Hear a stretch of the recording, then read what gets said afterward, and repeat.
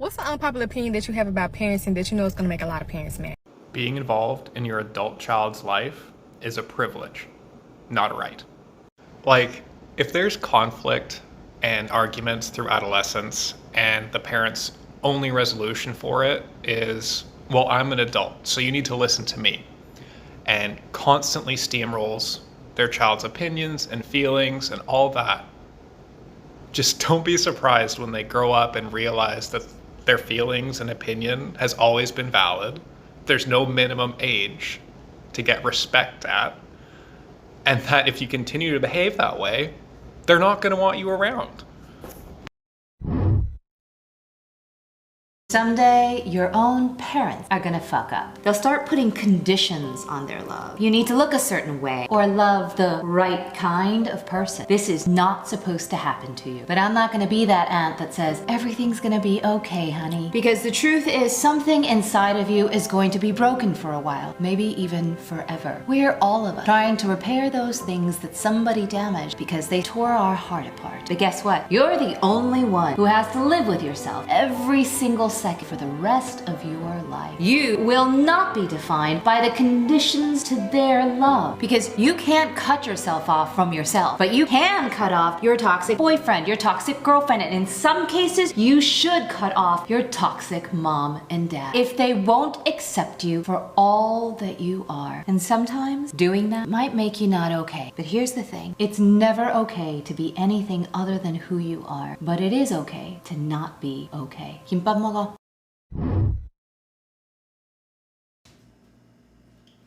Yo, man, why are you still leaving the silverware in the fucking sink? Yo, man, I'm sorry.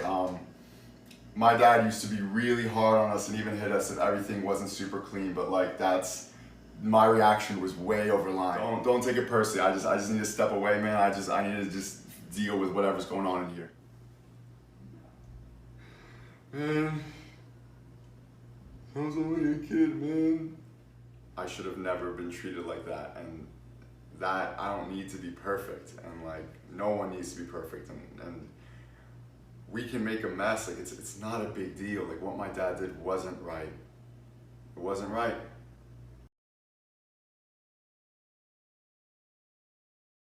I have some tea for the people that feel like their parents don't know them. They don't. And what I need you to engage with for a second is that if you're healing, right, and you're returning back to yourself and you feel like your parents don't know you, they also didn't know you when you were 4. Because healed you and 4-year-old you have a shit ton in common. So what does this mean? It means that a lot of the things you don't like about yourself or like you think is wrong with you are just ideas that your parents projected onto you because they're traumatized and don't know how to have healthy relationships. Real life example, I was told I was lazy my whole life. Come to find out, the people that raised me just have productivity trauma, and so when they saw me not wanting to put forth effort into the things they found valuable, they got scared and tried to guilt and shame me into doing what I was told. And so maybe you've been beating yourself up over someone's idea of you. Someone who's never had the capacity to see you for who you really were. Okay, tell me if this sounds like you, because most people who have experienced childhood trauma, they say this at some point. They say, Cecile, my life wasn't that bad. Like my childhood wasn't that bad. Why am I experiencing all these symptoms of trauma? If that sounds like you, here's a quote that I think might help you. Gabor Mate, who's like a leading researcher in trauma, he says, children don't get traumatized because they get hurt.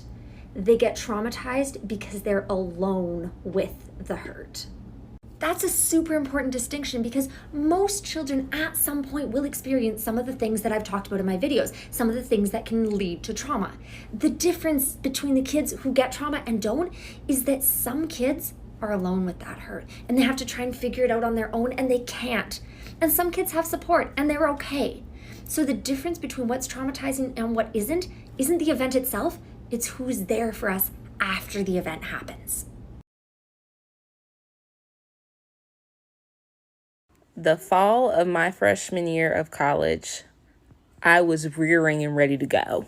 Rearing and ready to get up out that hole. And when I went to school, I would see these kids who would go back home like every weekend, like Every weekend without fail, they were dying to get back home. And I would just be so confused, like, oh my God, y'all really are pressed to go back home? Like, what? Like, is there something wrong with me? I'm not fighting to go home every weekend. Why did I not have this emotional attachment to my home, this longing and this yearning that other people had? My home life wasn't bad by any means. I was fed, clothed, given birthday gifts, even went on a few family vacations. And it wasn't until fast forward several years later that I understood or began to understand. I was working in inpatient youth psychiatry, and as a part of getting to know each patient, what they have you do is listen to not only the direct triggering event that led them to be in the hospital, but their trauma histories as well. So some of the ones that people would more readily know and that were more obvious to me as abuse were things like physical abuse, sexual abuse, right? But one that surprised me that I hadn't really thought about before was the trauma code of emotional neglect. I grew up in a home where I did a lot of self-soothing and a lot of self-entertaining, where people would come home from work, go in their rooms and close the door. I would come home from school, go in my room and be by myself. And I would entertain myself with my books, and I would entertain myself with my movies.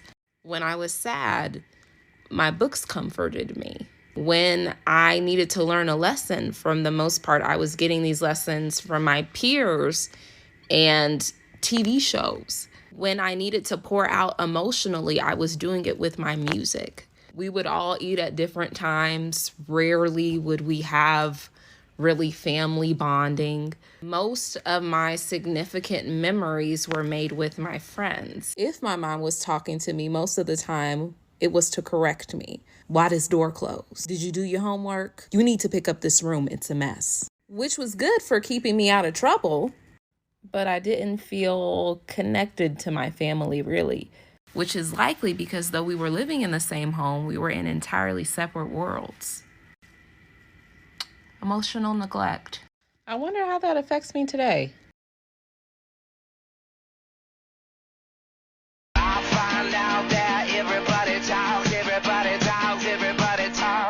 My mom started kicking me out at the age of like 16, and then I would have to figure out a place to stay for the weekend and stuff, all the way up until I was 22 after I had my daughter, who was a year old at the time, and then I've never moved back in. So we started talking again right before COVID hit, and then she decided that she was going to sell her house but not have any other backup plan. So when she sold her house, she was homeless. She was blowing on my phone, texting, calling, Facebook, not Instagram, but like going to work. And then I just kept saying, damn, I don't know what you're gonna do. You gotta figure it out. I don't know. And she deadass turned around and said, wow, I hope and pray that I was never this mean to you. And I threw it right back in her fucking face, and I said, actually, you were a lot worse. You would physically fight me in front of my daughter and then kick me out.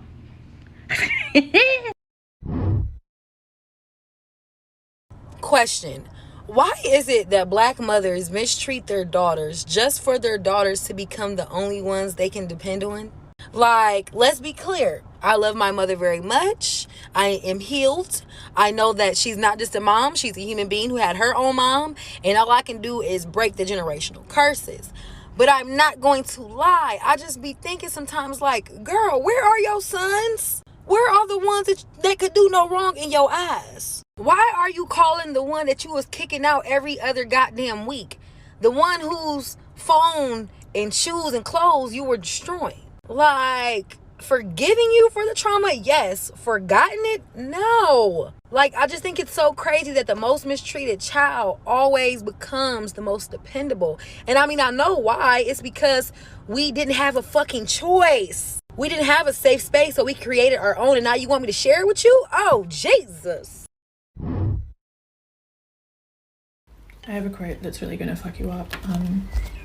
Ready yourself. Often a child will be openly loyal to one parent, but secretly loyal to the other. The child may form a covert bond with the rejected or denigrated parent by adopting or emulating what's judged as negative in that parent. And he like says it again. The emotions, traits, and behaviors that we reject in our parents will likely live on in us.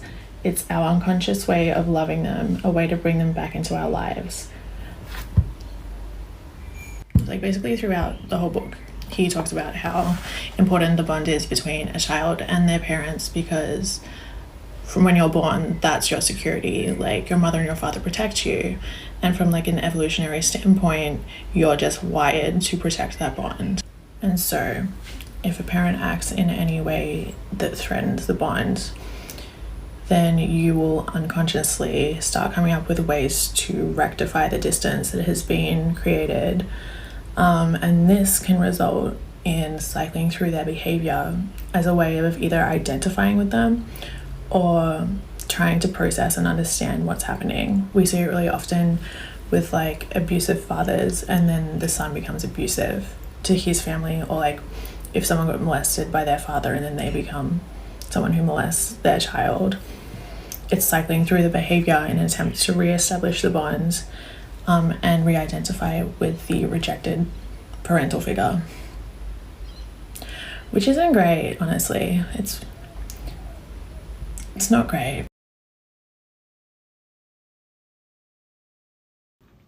So what this experiment didn't show was if a child continues to be in that sympathetic nervous system response of fight or flight, crying and wiggling and begging for attention, if that never gets responded to, then the child will move into parasympathetic shutdown, which is where we are more collapsing and dissociating. This is where the child stops bidding for attention and basically dissociates, disconnects from emotions, pain, sensation. This is our last line of defense for self-preservation, and it no longer is seeking for connection, but submitting to what's happening. It's so nice to speak to you again. It's been so much years. Wow, you have grown up. I see you. Okay, well, call me later, all right? Be in mind that this is the family member that you haven't spoken to in years. And now they back.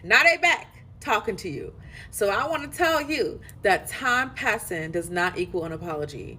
Just because years have passed by, that does not equal an apology. That does not equal you inviting them back into your life, because what they have done there is push all the issues under the rug, and they haven't given a chance to apologize or share or talk about it or acknowledge it. They just expected that you would forget about it and leave you alone for a couple years and then come back when you all grown. No. Time passing does not equal an apology, and that right there is very important.